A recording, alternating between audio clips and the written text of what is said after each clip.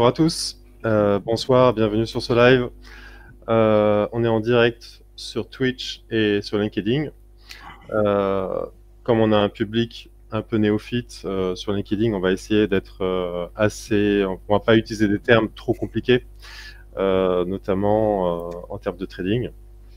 Donc ce soir, je suis avec ZS Trader qui va se présenter. Salut. Salut Sébastien. Salut Julien, salut la communauté. On est content de t'avoir sur les lives parce que on travaille ensemble depuis pas mal de temps notamment sur une stratégie qu'on a mis en place avec Diabolo. On va en parler tout à l'heure et on va surtout parler du marché crypto où il y a pas mal de peur en ce moment. Il y a de la frayeur. Je crois qu'en termes de peur, on atteint un pic historique qu'on avait eu la dernière fois en 2018. Tu m'arrêtes si je me trompe, mais je crois même qu'on a dépassé le pic de FUD et de peur qui est historique. On est sur l'ATH de la peur finalement sur le marché. C'est ça.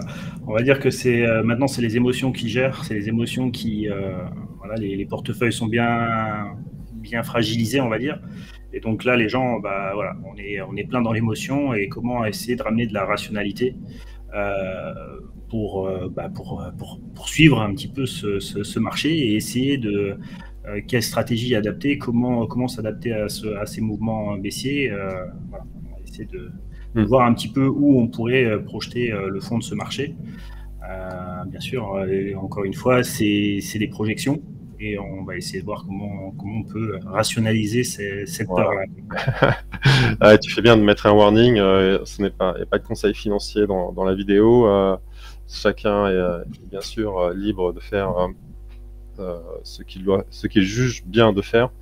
On conseille ni l'achat ni la vente, bien sûr. C'est à chacun de voir comment il gère son risque et ses actifs. Mais je crois que beaucoup de gens sont vraiment dans l'émotionnel. Il suffit de regarder les réseaux sociaux pour voir que c'est relativement toxique, hein, ce que l'on peut lire. C'est soit tout ou rien. On voit, il y a quelques jours, il y a quelques semaines, on voyait des messages où il y avait des gens qui disaient ouais, j'achète le bottom, je fais des all-in. Et puis là, depuis 2-3 jours, c'est les cryptos, c'est mort, c'est la fin du monde, les marchés financiers vont s'écrouler, acheter des boîtes de conserve. Enfin bon, on passe d'un extrême à l'autre. C'est quand même dingue. Quand tu parles d'émotion, c'est que j'ai l'impression que il y a quelques jours, on était sur quelque chose de rationnel. On parlait de technologie sur les crypto-monnaies. Et puis maintenant, on parle de survivalisme. C'est ça. en quelques jours. Donc, on va essayer de rassurer un petit peu les gens. Parce que personnellement, j'ai quelques bear market et quelques bull market à mon actif. Et je pense que ZS Trader également. Et c'est des choses qui arrivent sur les marchés, et même s'il y a un contexte extérieur qui est quand même assez pesant. On n'est pas dans un contexte de fin du monde non plus. Et c'est ce qu'on va regarder ensemble.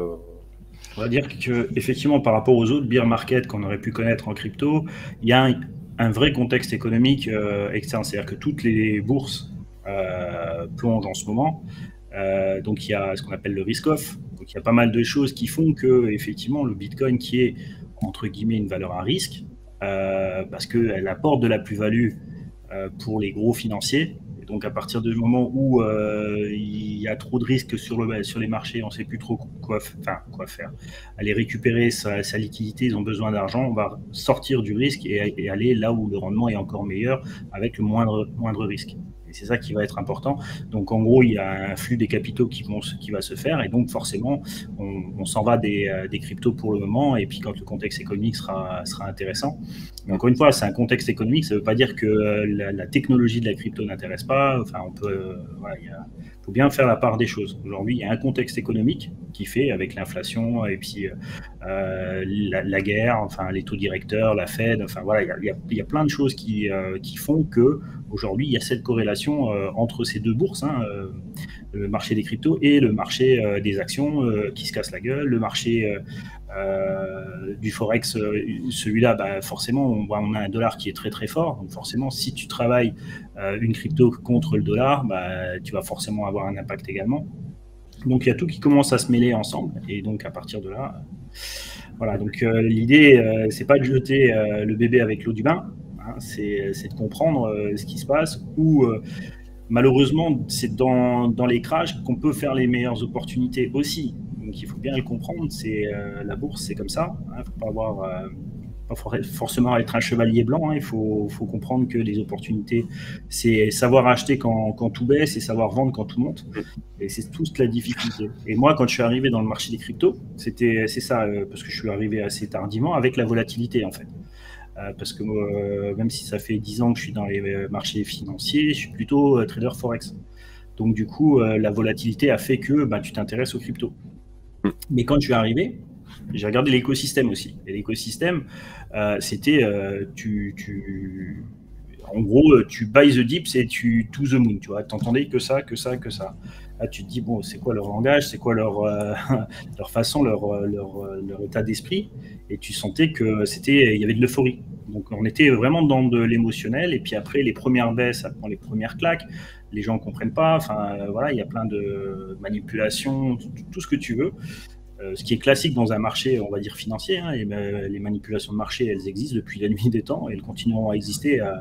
Donc voilà, et c'est là où je me suis dit, je vais m'intéresser à ça et puis commencer à discuter un petit peu avec les communautés d'expérience un petit peu, de se dire, bon, c'est pas grave, réfléchissez sur les marchés, ne regardez pas le doigt du berger simplement parce que vous voyez des bougies qui montent ou des bougies qui descendent. Il y a vraiment une réflexion à apporter. D'accord. Alors, est-ce que tu peux présenter ton parcours en quelques mots, rapidement, pour voir d'où tu viens? Moi, tu as dit que tu as travaillé sur le Forex, ouais, et que tu es venu au crypto. Comment tu es venu au crypto? Qu'est-ce qui t'intéresse? Et puis, quelle est ton approche un petit peu sur ces marchés? Alors, initialement, moi, je me suis intéressé au marché financier il y a un peu plus de 10 ans. Sur le Forex. Donc, j'étais ancien joueur de poker, voilà, donc sur les sites. Et puis, une publicité qui arrive sur la bourse, hein, et puis je commence à m'intéresser à ça. Et donc, quand je m'intéresse à ça, c'est plutôt le marché Forex qui m'attire, plutôt que le marché action. Et donc, à partir de là, je commence à chercher des indicateurs, faire de l'analyse technique. Ça m'a plu de faire de l'analyse technique. Et je voulais répondre à des questions simples, comment on détermine un creux et comment on détermine un sommet, en fait. Fil en aiguille, je me suis j'ai commencé à regarder un seul et unique indicateur, qui est l'Ishimoku. J'étais pas forcément satisfait de ce qui était autour de l'Ishimoku, c'est-à-dire les communautés qui en parlaient. Je trouvais qu'il y avait des manques. Et c'est pas forcément bien vu de dire les choses aux experts proclamés, donc ça devient compliqué. Et donc du coup, tu fais tes propres recherches. Et donc je me suis renseigné sur la méthode originale, donc la méthode de Hosoda, donc qui a créé cet indicateur, et j'ai travaillé en partenariat avec un collègue sur l'origine même de l'Ishimoku, comment il a été créé, pourquoi il a été créé et comment l'utiliser avec tout ce qui va bien. Et donc pour ça m'a amené à un travail pendant presque 6 ans de recherche quand même, donc sur uniquement l'Ishimoku. Et donc on valide un parcours auprès justement de la famille Hosoda, et on crée une formation, on crée IA2, et on transmet un petit peu les connaissances de Hosoda. C'est comme ça que je suis parti un petit peu dans le trading avec une méthodologie d'analyse de marché, c'est-à-dire vraiment une analyse du mouvement. Et donc c'est ce que j'utilise aujourd'hui, et exclusivement ce que j'utilise aujourd'hui. Analyser j'ai mon chien qui fait un peu de bruit, hein, je suis désolé.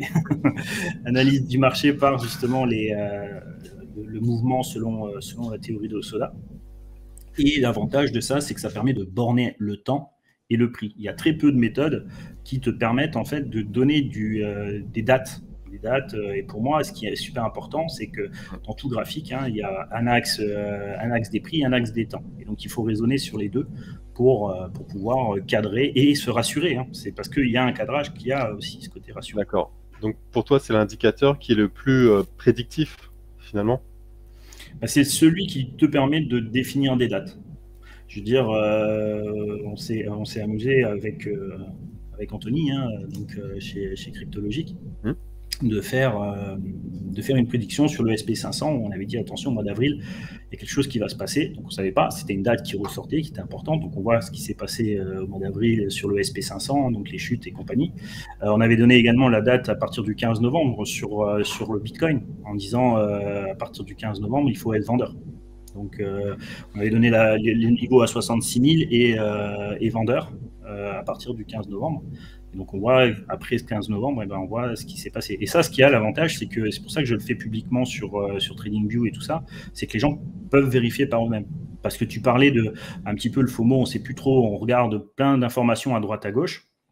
Mais ce qui va être super important pour les gens, c'est de pouvoir vérifier. Parce que ce que les gens disent, c'est une chose, mais il ne faut pas les croire. Enfin, c'est comme moi, parce que je vais vous dire, ne croyez pas, mais vérifiez. Il y a suffisamment de données sur TradingView où je fais des analyses et tout ça, sur des vidéos. Donc, on ne peut pas tricher le temps et ça permettra de voir aussi si c'est réel, ça fonctionne pas. Voilà. Ouais. Bah, ce qui est bien avec TradingView, c'est que quand on poste quelque chose, bah, on peut plus le changer après. Donc il suffit juste de regarder l'historique. C'est ça. Ton historique sur TradingView, ce que tu as posté, ben, on peut vérifier que. C'est ça. C'était ça. Rarement. Voilà. On va dire que initialement, je suis arrivé dans la crypto parce que pendant la période de formation, j'avais des étudiants qui venaient de la crypto, donc on a échangé, et il y avait un courant qui voulait changer les paramètres de l'Ishimoku parce que la crypto c'était H24. Et donc j'avais commencé à analyser le Bitcoin simplement pour démontrer qu'avec les paramètres de base, en fait, ça suffit amplement et qu'il ne fallait pas toucher ça parce que ça déséquilibrait tout le raisonnement derrière de l'Ishimoku. C'est comme ça que je suis rentré dans la crypto initialement. Ok, super. Bah, je te propose qu'on aille dans le vif du sujet parce que je crois qu'il y a beaucoup de gens qui attendent de savoir à quelle sauce ils vont être mangés sur Bitcoin. Ça marche. Ouais. De ce que je vois sur les réseaux, il y a pas mal de holders. Donc, ou éventuellement des personnes qui veulent rentrer sur les marchés. Donc c'est ce qu'on va voir ensemble. Je vais partager ton écran. Ouais. Donc là, tu me dis si tu vois mon écran. On le voit. Parfait. Ok. Alors, comment ça s'articule? Alors, je ne vais pas faire un cours sur l'Ishimoku, hein, je pense que ce n'est pas l'idée. L'idée globale, c'est de comprendre un petit peu d'où on est parti. Donc, il y a un consensus aujourd'hui sur ce mouvement, donc, où je prends le point bas ici. Juste un petit... Il y a Cryptologie qui vient de nous faire un raid. Merci Anthony. Merci. Franchement... c'est top. Bon, du coup, voilà, donc on va reprendre un petit peu l'analyse sur le Bitcoin, voir un petit peu l'évolution qu'il a fait là, mais je vous parle vraiment du point de départ. Donc, on a cette latéralisation, en gros, et on avait annoncé à partir du 15 novembre, justement, cette phase de baisse. Donc, maintenant, on est dans cette phase de baisse, donc à partir de l'ATH qui est ici, jusqu'au 32 917, et puis ce point ici. Donc, il faut que nous, on analyse vraiment à chaque fois les structures, donc de vagues, hein, c'est les mouvements qu'ils font entre des sommets, des creux et ainsi de suite. Donc, c'est ça l'analyse de structure. Donc, en Ishimoku, on va analyser ces structures-là. Et donc, si tu veux, il y a un premier plan. Je vais essayer d'aller étape par étape pour que ce soit assez lisible. Je vais t'enlever un petit peu tout ça. Voilà. Hop, hop, voilà. Ça, c'est le plus gros plan qu'on a, c'est-à-dire qu'il va jusqu'au 13 août. D'accord ? Donc, jusqu'au 13 août, on aura une influence, en tout cas, on pense une influence baissière de ce mouvement-là, d'accord?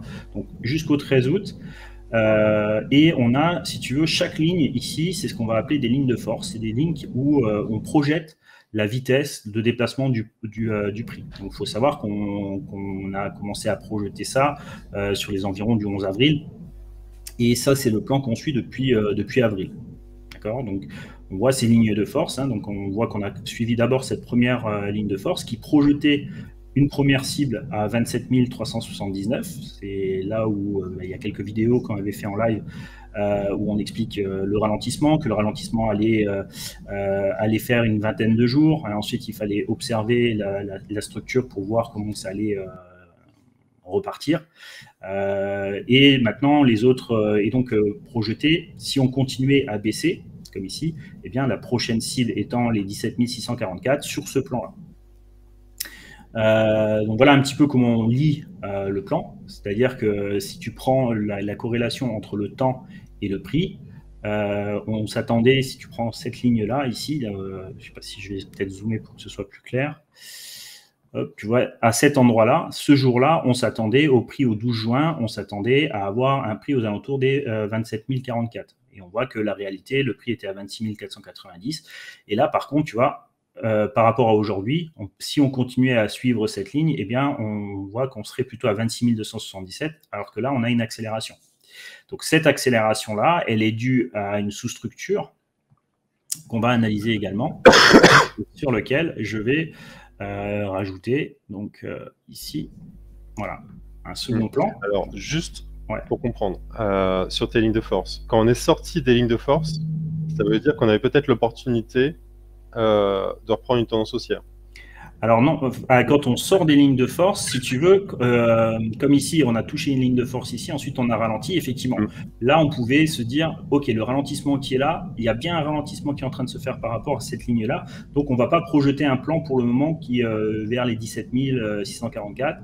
Il faut voir le ralentissement sur ce niveau. Ouais, et donc, on va continuer à travailler les structures. Et ici, tu dois avoir une structure qui t'amène un premier changement. D'accord.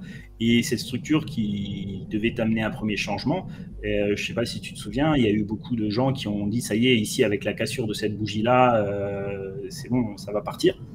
Oui. Et au final, pas du tout. D'accord. On restait dans la structure, ce qu'on avait dit, une OV2, donc il fallait faire attention à la vente sur ces niveaux ici. Et donc là, on s'est positionné plutôt vendeur. D'accord. Quand tout le monde a dit il faut acheter ici, ou alors tout le monde est parti parce qu'il y avait la cassure de ce niveau-là, dans la structure de mouvement, donc la structure que je vais te matérialiser ici, donc dans cette structure comme ça, nous, ce qu'on va appeler ça va être des OV2, donc des fluctuations qui vont amener une neutralité du marché et non pas une tendance. D'accord. En Ichimoku, on va avoir une seule fluctuation de ce type, donc on appellera des fluctuations N, qui vont faire la tendance, qui vont amener la tendance. Et quand on va avoir des structures un petit peu comme ça, donc des S, ce qu'on appelle une S, ici une P, ou voilà. Donc il y a plusieurs configurations différentes de structures qui vont nous permettre de dire si ça va être une continuation haussière, si dans ce range ça va partir à la hausse ou plutôt à la baisse. Voilà, c'est les configurations en interne qui vont nous donner la directionnalité. Donc là, la structure qu'on voit ici, c'est une structure qui neutralise le mouvement, mais qui ne le termine pas. C'est-à-dire que ce n'est pas lui qui va nous donner la tendance. Donc, on était plutôt ici sur des zones vendeuses que acheteuses. Donc ça nous a permis de dire, OK, on reste dans la structure. Après, toutes les manipulations de marché là, si tu veux, après aller dans le détail, on pourrait éventuellement les regarder, tout ce qui s'est passé dans ces grandes bougies pour expliquer ce qui se passe réellement, parce qu'il faut bien comprendre ce que c'est que le marché. On n'est pas là peut-être pour faire un cours, mais il faut bien comprendre ce que c'est que le marché pour pouvoir le trader réellement. C'est pas vous, c'est pas moi qui faisons bouger le marché. Ce qui fait bouger le marché, c'est le Composite Man. On peut l'appeler Mr. Market, Composite Man. Graham, c'est comme ça qu'il l'appelait, ou Wyckoff, Composite Man. C'est eux qui peuvent faire bouger le marché. C'est des grosses capitalisations sur lesquelles on ne peut pas rivaliser. Et eux, ils vont là où ils ont besoin d'aller. D'accord. Donc, ils ont des ordres, c'est eux qui vont ouvrir et fermer les ordres en contre-tendance, en tendance, et donc ils vont avoir la mécanique, un peu la smart money en gros, qui va travailler et raisonner. Donc ça, c'est notre adversaire, point. Et notre but à nous, c'est de faire de la plus-value là où contre cet adversaire-là, en comprenant son schéma, qu'est-ce qu'il est en train de faire et pourquoi il est en train de faire à ce moment-là. En fait, il faut faire de la smart money notre allié plus que de subir, quoi. C'est ça. En gros, il faut la majorité finalement en fond, quoi. C'est ça. Il faut que tu comprennes pourquoi il fait les choses. Et ensuite, avec l'Ichimoku, ça va nous permettre de dire sur quelle zone on va travailler. Et donc, on va retrouver la corrélation entre le composite man, qui est en face de nous, qui est notre adversaire et unique adversaire, on doit comprendre son plan pour suivre son plan, et pas pour aller contre, parce que de toute façon, on ne fait pas le poids. Quand il aura décidé d'inverser les vannes, il inversera les vannes. D'accord ? Donc, c'est un petit peu ce concept-là que je travaille, c'est-à-dire d'un côté la smart money et son fonctionnement, et de l'autre côté la lecture du mouvement selon Osola, qui va me permettre de décortiquer le plan du composite man et justement les délais et les dates qui vont me permettre de pouvoir reprendre potentiellement vraiment le bas.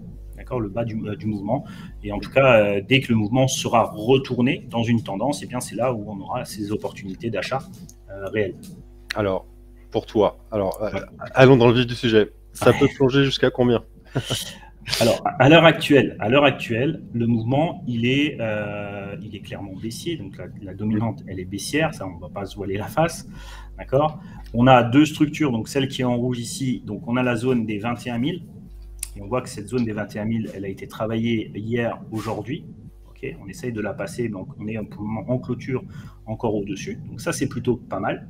Par contre, si on voit la ligne de force qu'il est en train de suivre, c'est un mouvement qui devrait projeter aux alentours de 17 000. D'accord, 17 000, voire 12 à 10 000. Donc ça, c'est la zone basse, si tu veux, de notre plan. Elle va entre 12 et 10 000. Donc les grosses vagues là, vont nous permettre de cadrer le mouvement et de voir jusqu'où on pourrait aller en profondeur. Attends, tu me connais là, j'ai mon stylo, tu vas me donner une date à laquelle on va atteindre cette zone. C'est super. Si tu suis cette ligne de force, d'accord, aujourd'hui, on pourrait projeter les 10 000, donc celle-là, sur les environs du 4 juillet, 6 juillet, d'accord, donc dans cette zone-là. Si tu as cette accélération-là. Si maintenant tu as un mouvement qui fait ralentir ton prix, d'accord, on va dire que la zone des 21 000 fait ralentir ton prix. C'est-à-dire que là, tu vas noter une latéralisation qui va se faire ici, d'accord. Donc là, tu vas changer de ligne de force et tu vas pouvoir essayer de voir la projection qui va nous emmener à quel niveau et voilà, d'accord. Donc c'est toujours un réajustement entre la projection et la réalité qui va nous permettre en fait de nous positionner et de comprendre eh bien, les structures de changement. Parce que ce qui est le plus important, là, effectivement, depuis le 15 mai, il faudrait être à la baisse, et sur ces unités de temps, d'accord, c'est que de la baisse, c'est que de la baisse. Et tous les rebonds techniques se vendent, d'accord. Il n'y a pas de dip, et à aucun moment il y a eu un dip. C'est-à-dire que, si tu veux, le mouvement, là où ça a truandé le plus de monde, c'était ici, d'accord. Où on a eu cette phase de ralentissement qu'on a comparé avec cette phase-là. D'accord. Alors là, les gens, moi j'ai discuté avec des gens, on dit ça y est, c'est bon, ici, donc il y avait ça, et on a eu ce mouvement-là. Et ce mouvement-là, là, il a créé un FOMO de fou chez les gens. Ça y est, c'est bon. En plus, ça s'est fait avec une super grande bougie, la cassure, elle était nette, blablabla. Ça, c'est de l'analyse technique. Bien sûr, si je suis, moi, le composite man et que je veux faire rentrer les gens, puisque faut imaginer une chose, c'est que le marché, c'est un jeu à somme nulle. Oui, bien sûr. C'est-à-dire que je suis obligé d'avoir un ordre vendeur en face d'un ordre acheteur, sinon ça ne va pas. Et si c'est le composite man qui vient et qui doit, si tu veux, faire acheter ou vendre le marché aux gens, parce que lui, il faut que les gens rentrent, c'est eux la liquidité. Donc, je suis obligé de leur faire croire des choses, ou voir des choses. Sinon, je ne vais pas susciter la possibilité qu'ils rentrent. Donc, qu'est-ce qu'il fait? Il crée des zones, un peu comme je vais faire avec ça.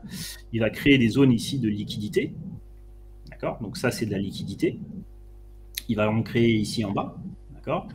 Et donc, qu'est-ce que ça veut dire de la liquidité? Ça veut dire que des gens comme toi, comme moi, ils voient, suivant les méthodologies qu'ils vont utiliser, ils vont voir des supports et des résistances sur lesquels, imagine-toi, on est d'accord que si le marché fait que baisser, le composite man, ses ordres, en fait, majoritaires, c'est des ordres vendeurs. D'accord? S'il a un ordre vendeur, ça veut dire que son TP, son take profit ou son stop, en imaginant qu'il a un stop, c'est des ordres acheteurs. D'accord? Automatiquement, c'est des ordres à l'achat, à l'inverse. Hein.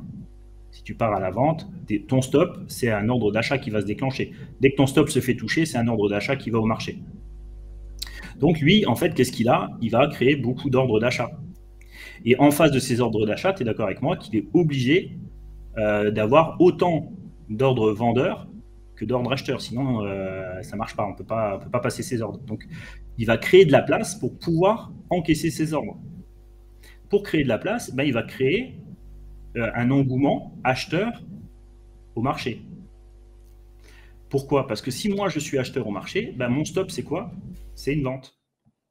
Et mon TP, c'est également une vente.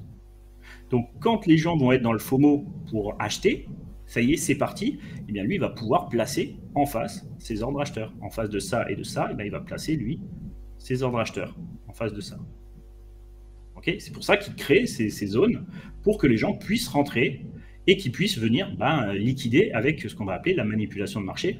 Il va créer ici de l'inducement. Donc, il va créer vraiment l'envie aux gens d'entrer sur le marché. Alors, cette bougie-là, cette grande bougie-là, je peux te dire qu'une cassure nette avec cette grande bougie, c'était... Mais pour beaucoup de gens, c'est un peu abstrait.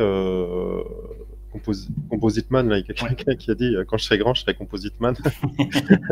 Mais parce qu'il y a des intérêts divergents sur le prix. Il y a des gros.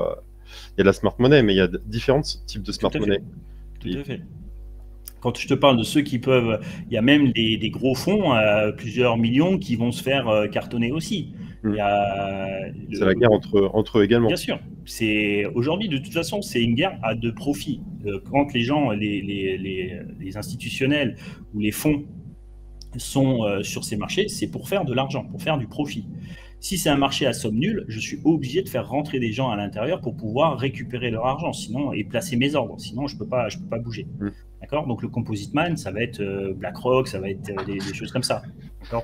Les monstres, là, eux, ils peuvent te faire bouger n'importe quel marché. C'est pas avec nos petits capitaux qu'on va pouvoir faire bouger quoi que ce soit. Ouais. Mais justement, c'est un peu une de mes théories. C'est si jamais tous les petits poissons là comme nous quittent le marché, ils n'auront plus de carburant pour placer leurs ordres de stop et d'achat et de vente. Donc, c'est pas leur intérêt non plus. Est-ce qu'à un moment, ils vont se dire, on arrête le massacre et puis on refait FOMO les gens pour refaire entrer les petits poissons? Oui, ils le feront, de toute façon. Mais pour le moment, la seule difficulté qu'ils ont pour le moment, c'est que il faut qu'ils ont des appels de marge à droite à gauche par rapport aux actions, par rapport à tout ça. Il y a un contexte économique qui fait qu'aujourd'hui, ça va peut-être plus bas que ce que ça aurait pu être allé.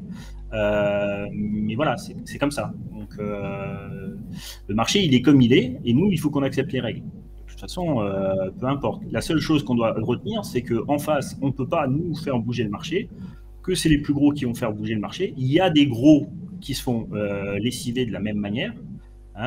C'est comme ça que tu as vu l'attaque sur le Luna, l'attaque, c'est en bande organisée, ils savent exactement ce qu'ils font, et c'est ça qui est marrant, c'est que nous en face, on est des petits porteurs. Bien souvent dans la crypto, malheureusement, il y a très peu de gens qui se forment réellement, mais ils sont face à un marché et en face, ils ont du lourd.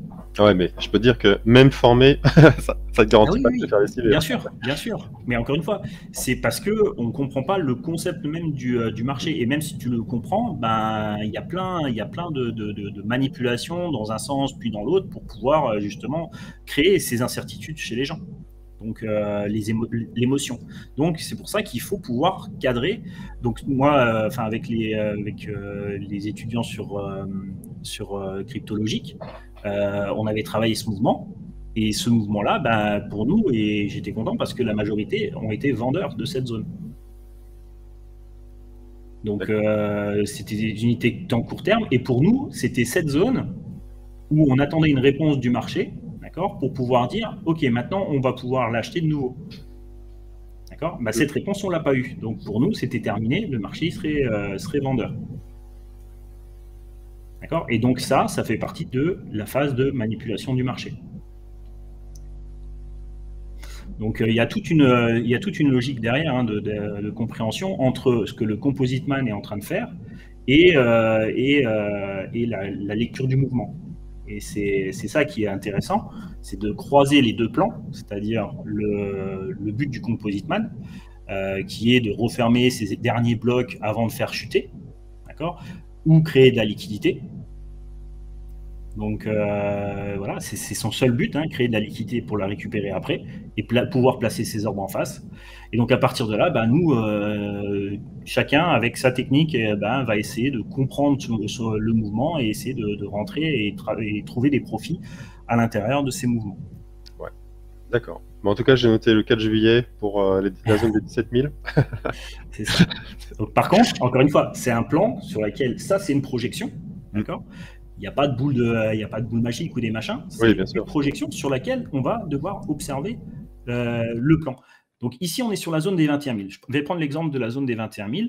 Qu'est-ce que vous devez commencer à observer sur cette zone si demain vous vouliez voir un mouvement de rebond technique à minimum pour pouvoir dire je vais placer un achat et cette possibilité, le Composite Man a laissé énormément d'imbalance dans ces zones-là et donc il pourrait très bien aller les rechercher, d'accord, sur les 27 000 et donc faire une plus-value entre 20 000 et 27 000.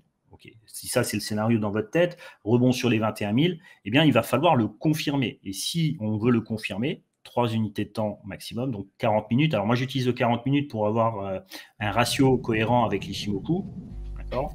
Mais il faut toujours garder 3 unités de temps. Eh bien, ça va être, encore une fois, cette latéralisation, donc le ralentissement, qu'il va falloir observer. Pourquoi? Je pars de ce principe. Je vous donne juste un petit principe tout con. C'est quoi? On va parler simple. On a dit qu'on parlait simple ce soir. On va parler simple. C'est quoi les mouvements de marché? On est d'accord? Ça fait des hauts, ça fait des bas, ça fait des hauts, ça fait des bas, ça fait des hauts. Ok. Si vous savez ce que c'est qu'un sommet ou un creux, si vous arrivez à déterminer ce que c'est qu'un sommet ou un creux, alors vous vous dites, si je sais déterminer que je suis dans un creux, alors je vais pouvoir acheter. Et si je sais que je suis sur un sommet, je vais pouvoir vendre. Moi, c'était le leitmotiv de base. Alors, je me suis posé la question, qu'est-ce que c'est réellement un sommet? Qu'est-ce que c'est un creux? En fait, le sommet, ici, c'est le point de jonction entre une tendance à la hausse et une tendance à la baisse. D'accord? Donc là, on a une tendance à la baisse. Okay, et donc, le point de jonction entre les deux, eh bien, ça va être un sommet. Et si je zoomais à l'intérieur de ce sommet-là, forcément, si je lance une balle en l'air, je vais avoir la balle qui va monter, puis à un moment donné, elle va s'arrêter et elle va se mettre à redescendre. Eh bien, en fait, ici, vous allez forcément, sur une unité de temps inférieure, avoir un ralentissement du mouvement pour changer la tendance. Si vous n'avez pas un ralentissement qui change la tendance, vous ne pourrez jamais avoir un sommet. D'accord? Donc, l'idée directrice, c'est que quand vous arrivez sur une zone support, donc de résistance, ici, on va dire que ça, c'était une zone de résistance, eh bien, vous allez observer si à l'intérieur, arrivé sur cette zone, eh bien, vous allez avoir le ralentissement. Ce ralentissement, les figures, donc la structure de ralentissement qu'il faut apprendre à connaître, elle va avoir deux natures. Quand je dis une figure de ralentissement, c'est-à-dire que c'est un range. Okay, à l'intérieur, il y a toujours deux possibilités, où je pars dans ce sens, ou je pars dans ce sens. Donc, il va falloir déterminer le sens. Ça, c'est dans la structure qu'on va pouvoir le déterminer. Et deuxième point, eh bien, si je viens d'un mouvement de baisse et que je pars à la hausse, alors j'aurai un creux. Et si je viens d'un mouvement de baisse et qu'à l'intérieur, je détermine que la tendance va continuer à baisser, alors j'aurai juste un ralentissement d'accumulation. Donc, je vais accumuler pour continuer à baisser. Et ici, je vais faire une distribution à l'intérieur pour repartir dans l'autre sens. Et une fois qu'on a compris ça, eh bien, on peut l'appliquer, peu importe les méthodes que vous utilisez. Moi, je vais utiliser Ishimoku, machin, mais vous pouvez utiliser, je sais pas moi, des moyennes mobiles, des machins, peu importe, mais c'est le principe même du sommet et du creux et du ralentissement. C'est pas parce qu'on arrive sur une zone comme ça que automatiquement on doit l'acheter. Pourquoi? Parce que cette zone, il y a deux possibilités. C'est où elle va faire rebondir, où on va passer. D'accord? Et le vrai questionnement, il est là. Comment je détermine ça? C'est dans la détermination de la réponse là que vous saurez dire ok, maintenant je peux rentrer à l'achat parce que j'ai la certitude que ce support là va tenir. Alors, okay. Ça, merci pour ces rappels. Hein. C'est toujours utile. Voilà. Et du coup, ça concerne le mouvement qu'on a en ce moment, c'est ça? Il y a un ralentissement. Donc là, si tu veux, voilà, c'est ce qu'on est en train de faire. Donc il y a la zone des 21 000 qui est le support qu'on attendait. D'accord? Donc on va la matérialiser, si tu veux, la zone des 21 000. Donc on va la matérialiser comme ça.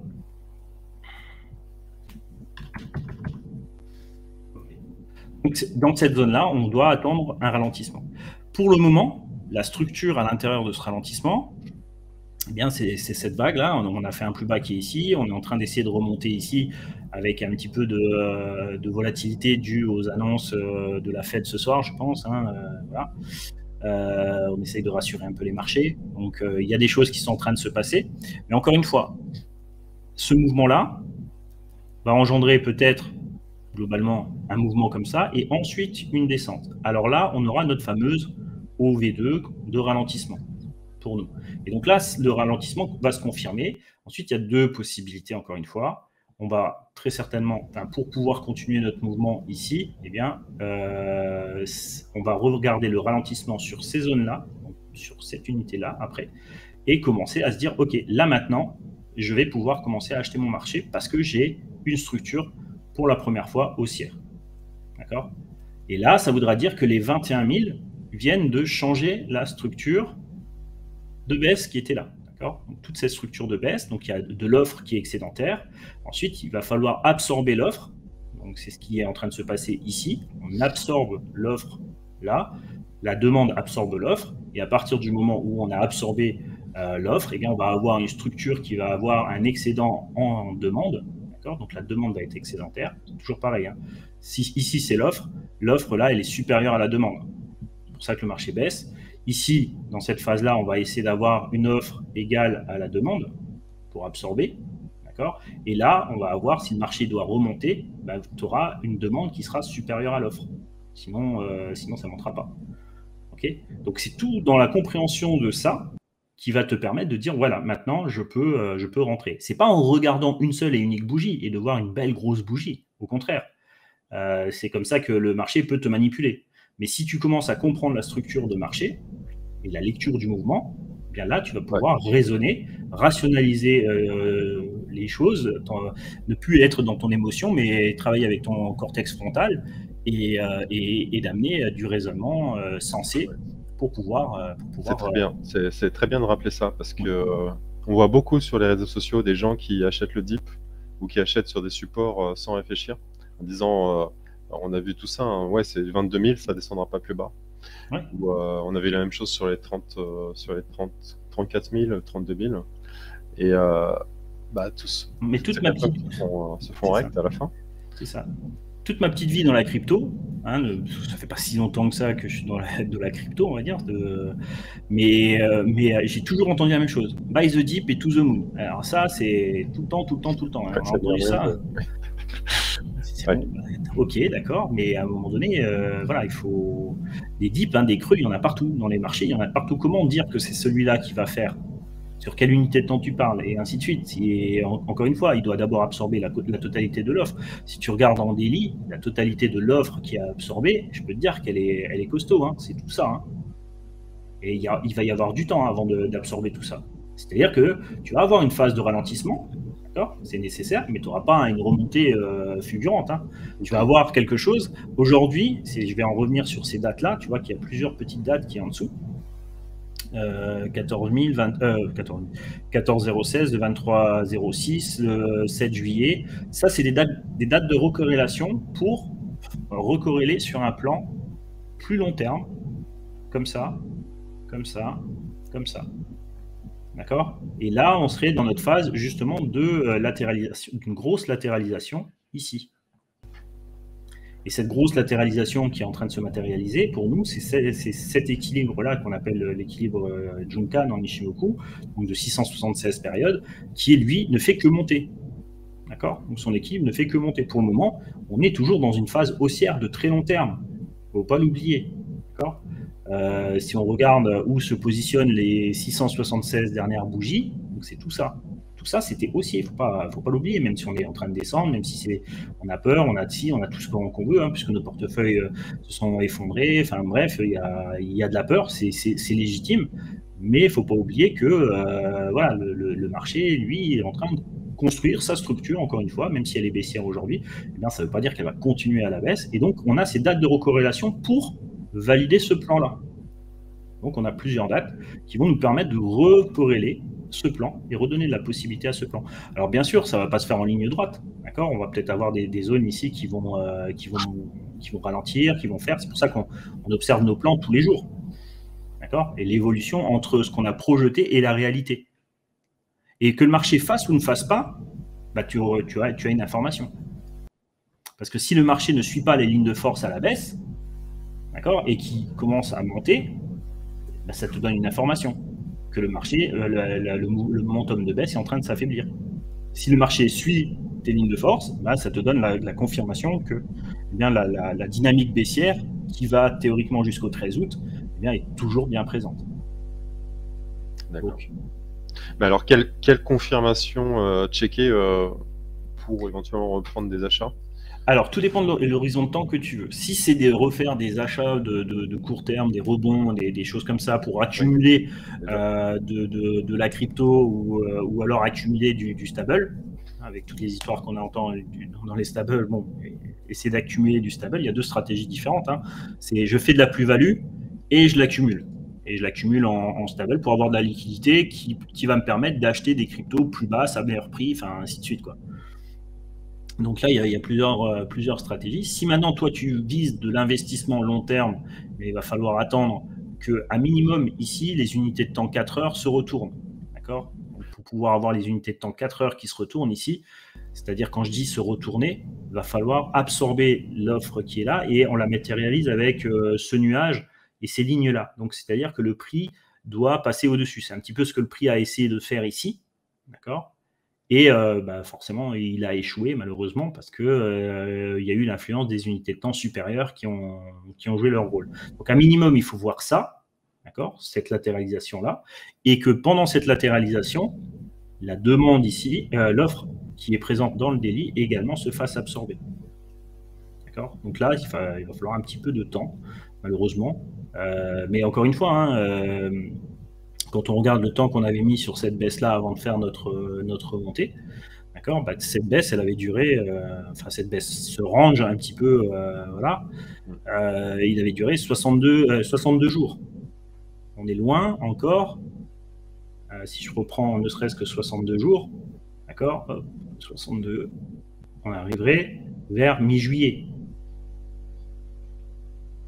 Donc, vous comprenez que le marché, il a besoin, et le Composite Man, pour pouvoir placer tous les ordres vendeurs ici et avoir pour pouvoir tirer de la plus-value correctement, parce qu'il risque d'en avoir beaucoup.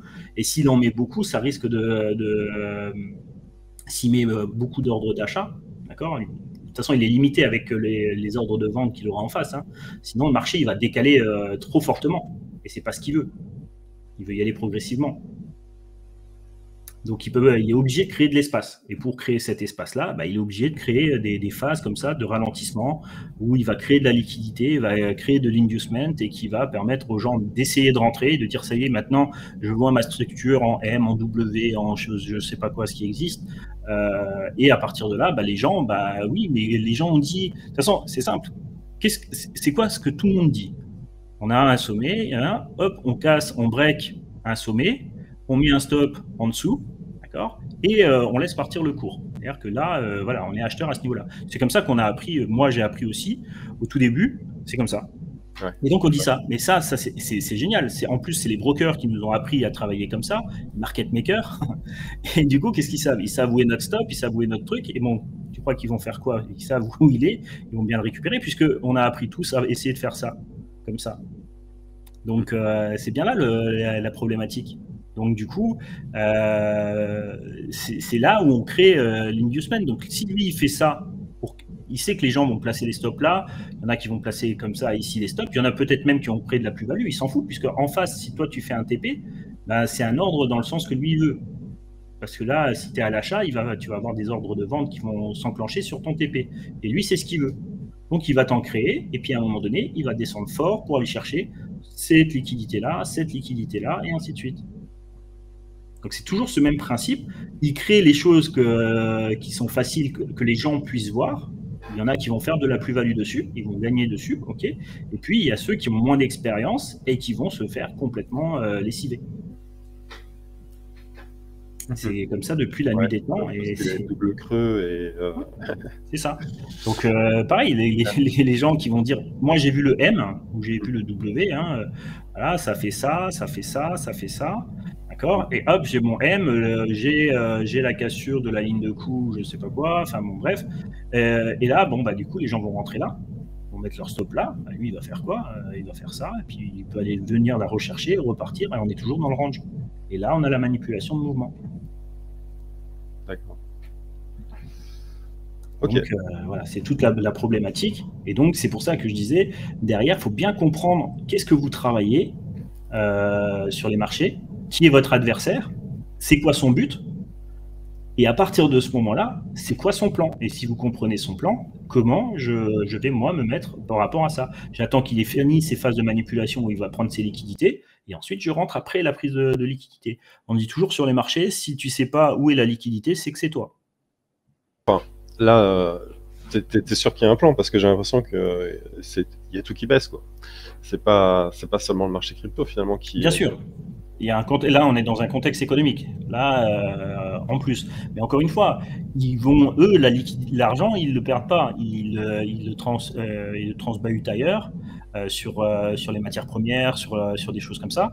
Et, et derrière, quand le marché et la situation économique sera stabilisée, ça reviendra.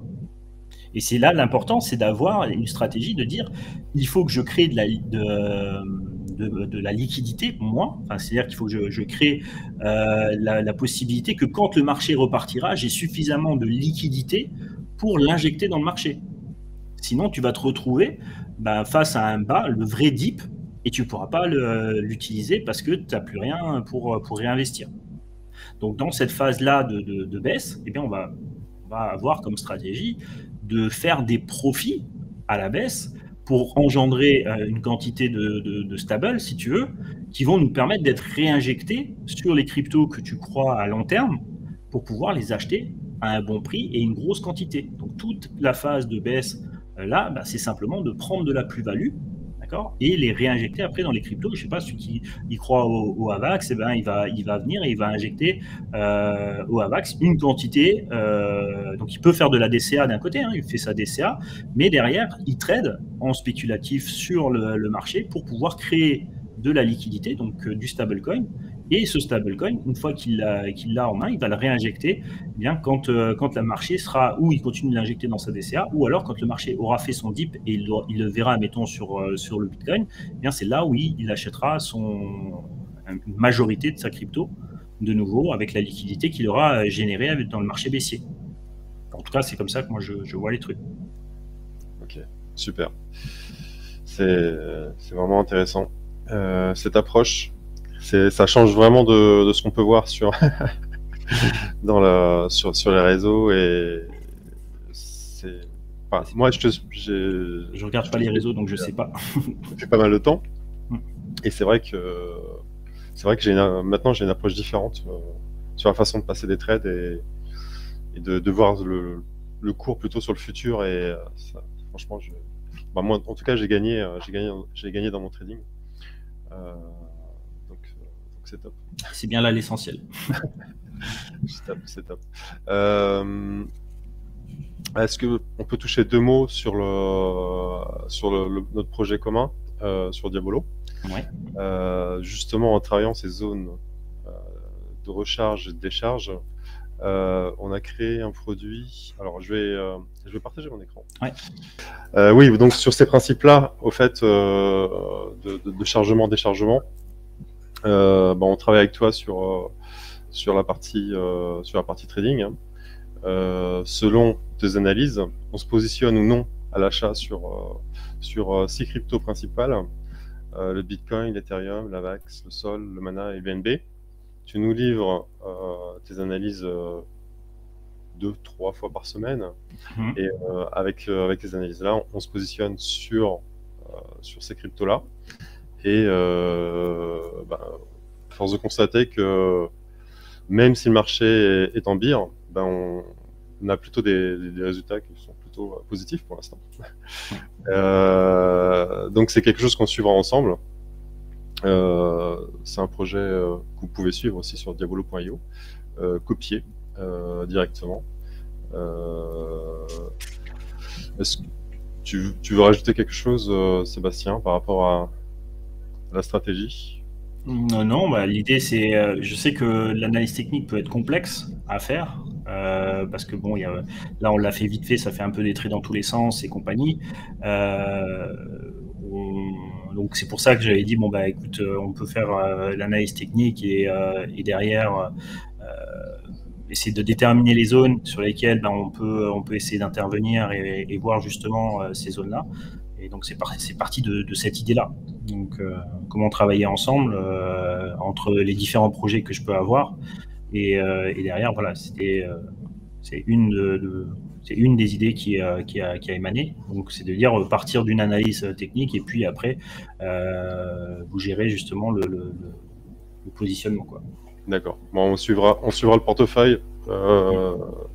Disons que sur un marché haussier, ça va mieux performer que sur un marché baissier, on est d'accord? C'est sûr. Parce qu'on est sur du spot, mais on travaille sur des échelles de temps qui nous permettent de prendre des trades sur du court terme, puisque tu travailles sur du 40 minutes, tu m'as dit. C'est ça.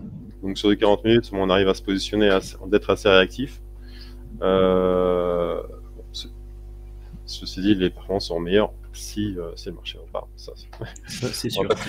Dès qu'on aura un marché où la structure commencera à donner des signes de hausse, donc vraiment des structures de hausse, qu'on voit qu'on n'a pas encore actuellement. Maintenant, comme tu m'as dit, il faut quand même que le portefeuille évolue, il faut quand même que les choses se bougent, parce que même dans un marché baissier, et là, la difficulté, elle est là, c'est qu'on est dans un marché spot, et que dans ce marché spot, on ne peut que acheter. Alors, quand on peut que acheter dans une phase de bear market, faut être très réactif. C'est un petit peu là, entre guillemets, la difficulté du travail.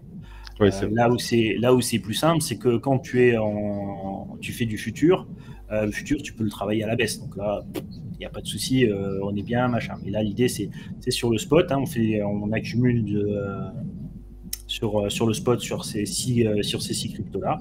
Et derrière, le marché, il est comme il est. Aujourd'hui, il est en bear et il faut essayer, dans les petites phases de rebond technique, et donc pour pouvoir avoir des phases de rebond technique, malheureusement, on ne les aura pas en daily, hein, ça c'est clair. Donc on est obligé de descendre sur ces phases de 40 minutes. Et sur ces phases de 40 minutes, voilà, on sait dire, on va de ce point-là à ce point-là pendant cette période-là. Et si ça va pas, on coupe, on s'arrête et voilà, on va essayer d'être réactif comme ça. Donc c'est un peu, et c'est là le challenge.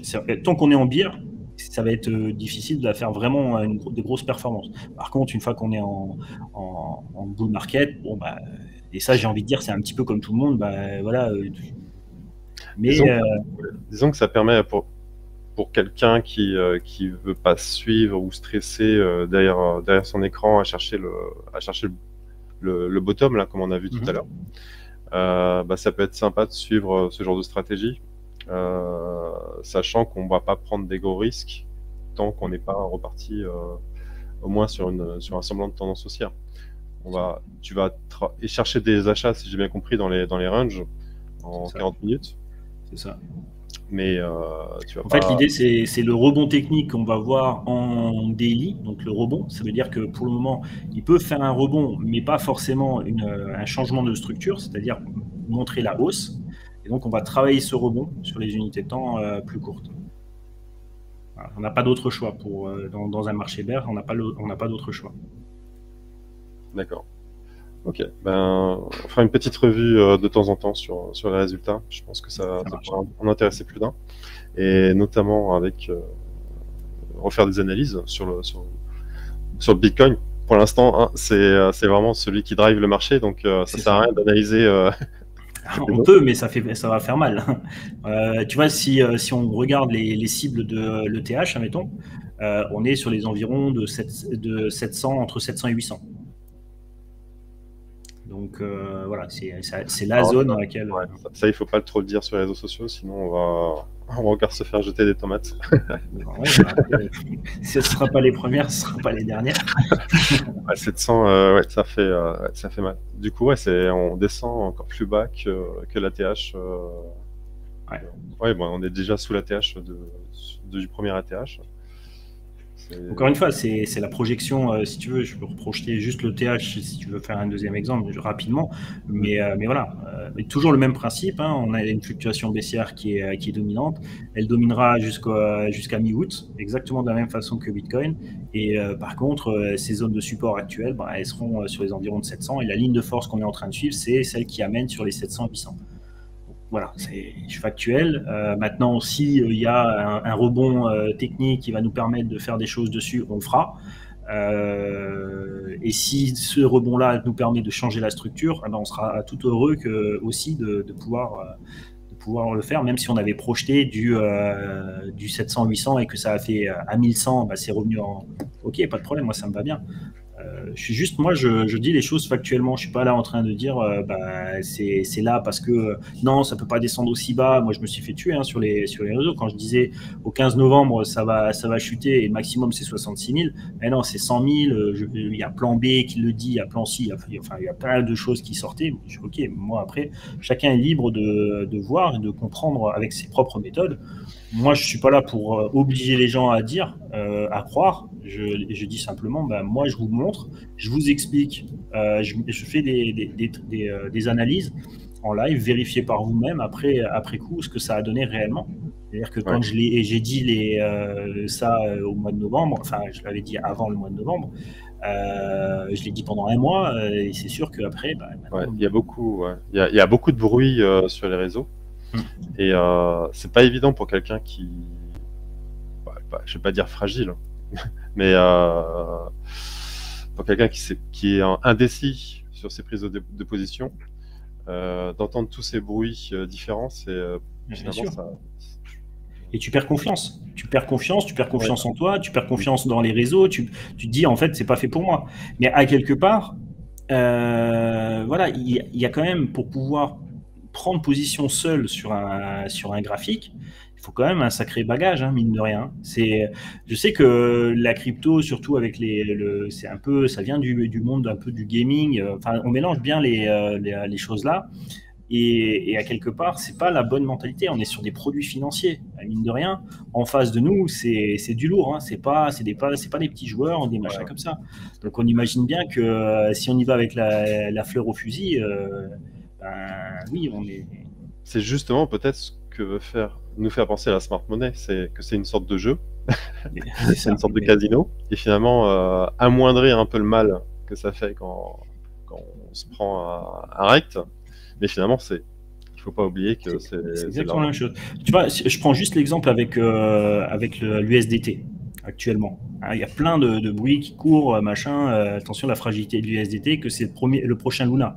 La prochaine attaque qui va se faire dessus, faites gaffe à vos stables, rien que de le dire, rien que de créer cette tension, combien de personnes ont basculé sur du BUSD ou des choses comme ça, par peur, et ce qui est légitime, et c'est peut-être même rien que la rumeur qui fera déstabiliser les choses. Et c'est ça qui est fou dans les marchés financiers. C'est toujours la même chose. C'est la rumeur qui initie les choses. On a fait justement notre première vidéo là qu'on a fait avec Laurent, là, qui est un spécialiste du stablecoin. Il nous a rassuré sur le SDT et il a fait quelques petites révélations sur l'USDC qui n'est pas forcément si sûr que ça. Voilà, aussi clean. Donc pour ceux que ça intéresse, replay de la première vidéo. Vous apprendrez des trucs. Mais oui, honnêtement, moi, ça fait depuis 3 ans que j'entends des trucs sur le SDT. Et si j'avais rien fait comme trade parce que j'avais peur de l'USDT, je serais passé à côté de grosses opportunités, quoi. C'est la gestion du risque, tout simplement. C'est ça.